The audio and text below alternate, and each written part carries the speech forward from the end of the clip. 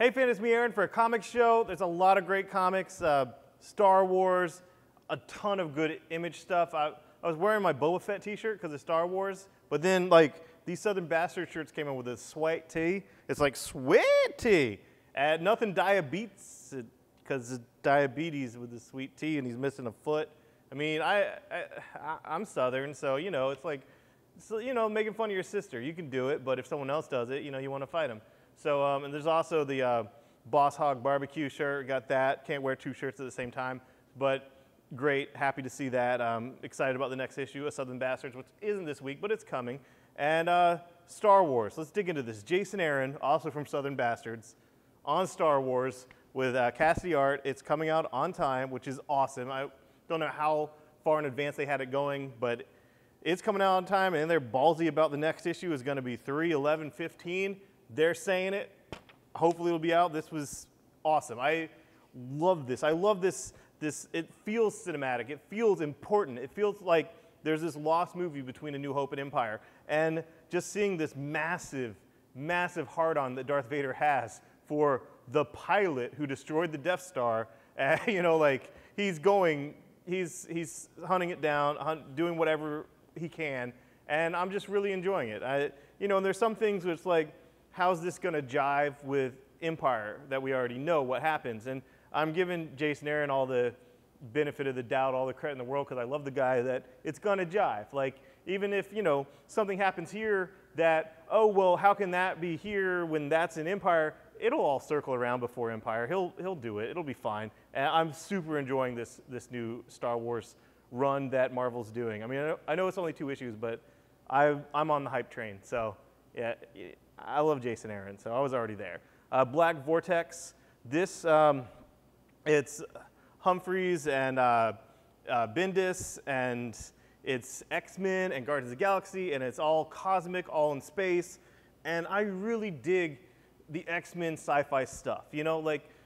Yes, I like the political stuff with like the feared and hated and that whole thing of like, oh, it's a civil rights movement, oh, it's, the gays being, homophobia and all that and fear of mutants. Like, I get the political stuff. That's all wonderful. That's great themes.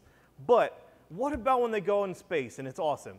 What about those? There's some great space X-Men stories in the past. And just seeing the X-Men and Guardians of the Galaxy together, I'm digging it. And since Bendis writes both main books, it's good. It's what he's been building towards if you're reading either his X-Men books or his Guardian book. And I liked the first issue. It was great. Moving on to Avengers. This is all going down to Secret Wars. And I don't believe this hype that it's going to be the end of the Marvel Universe. It's like, it's the end of the world as we know it. And I feel fine, whatever. It'll be the end of like 616 still happened. Everything still happened. There's going to be this battle world, and coming out of battle world, there's going to be like a new unified world going forward that's going to absorb the things we like that aren't part of the 616. And I'm kind of fine with that. And this issue with the Ultimates in it, with Ultimate Reed and all that stuff was freaking awesome, and I'm not going to spoil any of it. It's Ultimate, and it's cool. Ant-Man 2. I am just loving Nick Spencer's Ant-Man. I'm loving this guy.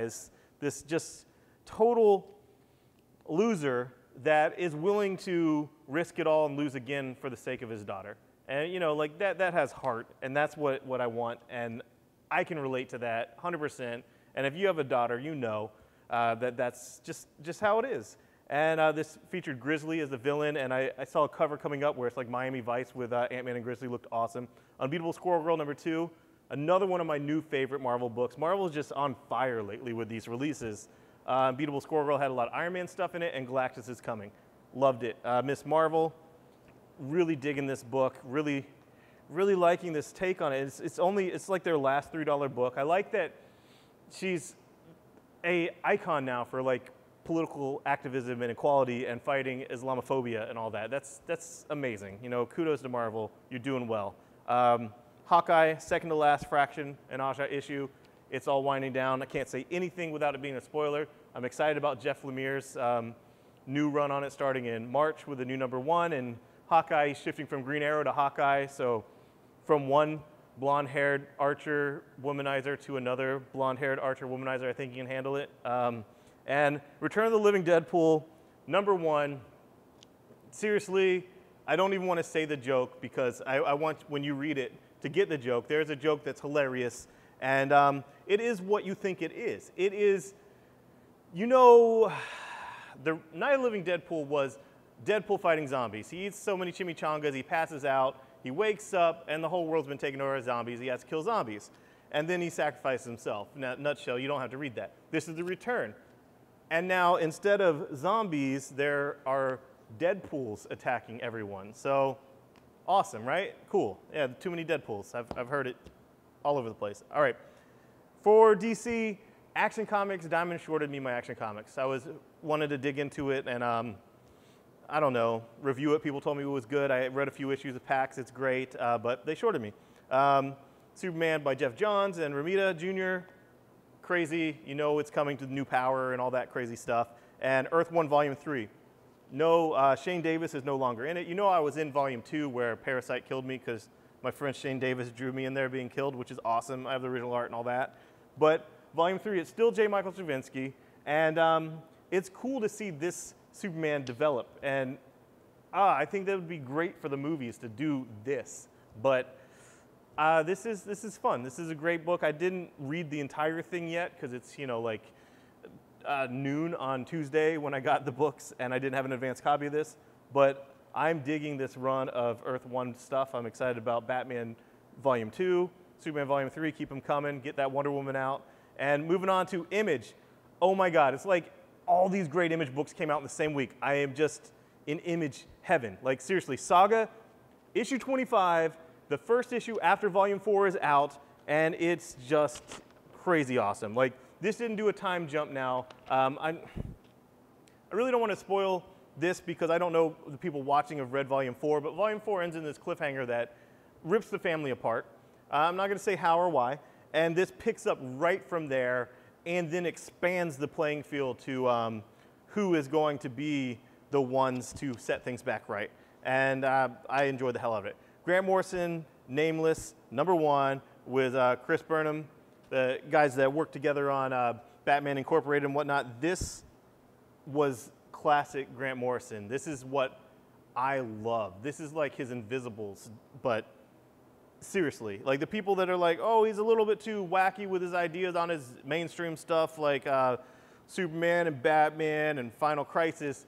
This is where he takes that wackiness and there is no mainstream. There's just crazy shit that should keep you up at night. You know, this is nuts and I freaking loved it. It made me feel like that little high school boy having his mind blown reading Invisibles, you know, like I wanted to jump off a building and think that it wouldn't hurt me because, you know, it's all in your mind. But this was ridiculously fun. You should give it a shot. It's awesome.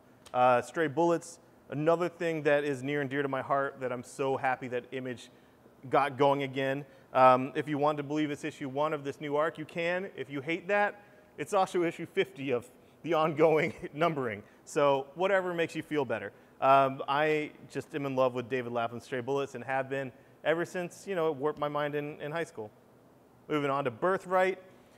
This is just firing on all cylinders. I love the premise from the beginning of the never-ending story where the kid goes into this fantasy land, Neverland, whatever, and the mom instantly thinks the dad killed him and hid the body. And so there's divorce and craziness and all kinds of bullshit. And then he comes back as an adult, like strong and ready to defend our world against whatever he beat in the other world. But in this issue, it flips the script on that and it gets nutty. It gets weird. It gets awesome. And they even say Birthright in it. You know, like on Family Guy where like, they said the title. Yeah, they said it's because of your birthright that you can go back from Earth to there and back again. And it's like, oh, cool, they said it. Loving it. When that comes out as a $10 Volume 1, you need to get it because Birthright is amazing. And Wytches, more Scott Snyder and Jock. Creepy, creepy horror stuff. It's, yeah, it's nuts. It's really sickening, really. It's just gross, and it's scary, and just the family, and the abduction, and the the weird pledges and the witches and eating people and Scott Snyder, you're a gross man. Moving on, Lady Mechanica. I am very happy this is continuing. It's issues 0 and 1 together for $4, and they're going to do 2 and 3 together, and then they're going to actually finish it. It's that Joe Benitez, who I met at Phoenix Comic Con. We had some dust up with him. Really like his art, but yeah, he hasn't had anything out since then, since like almost 3 years ago maybe at Phoenix Comic Con, and I'm happy he's back on the right track. If you like steampunk at all, or that art style, give it a shot. It's really good. And no hard feelings, Joe. Hopefully things will go good, because I mean, it's a great concept. And finally, Valiant, Imperium. Look at these awesome covers. Look at this. This trade dress is brilliant. And what I like about Valiant is this is a new book, a new #1, but it continued the story from Harbinger. Because this dude may have won, may have things, it was a Pyrrhic victory per se, like he's exposed, but what does he do next? And you do not have to have read Harbinger to get this, but you should, because it's great and it's the same writer. But I just like that Valiant, it's not, oh, let's relaunch something with the same title, a new #1, because we want new readers. It's, we're gonna go balls out with our story and just let all the dominoes fall where they may, and we trust that there'll be more story, and there is, and it's awesome. Give it a shot, seriously. And then the last thing, oh man, this Joe's Books Inc. Look at this, 800 pages of princess stories. It's like every princess story that was ever done by probably any publisher ever, all together for me to read to my daughter at bedtime. And it's only $20. 800 pages, $20, full color. They also have one for Pixar. They just put out Darkwing Duck with a little bit of controversy, and that's awesome, right? Cool. All right, guys. Thanks. Bye-bye.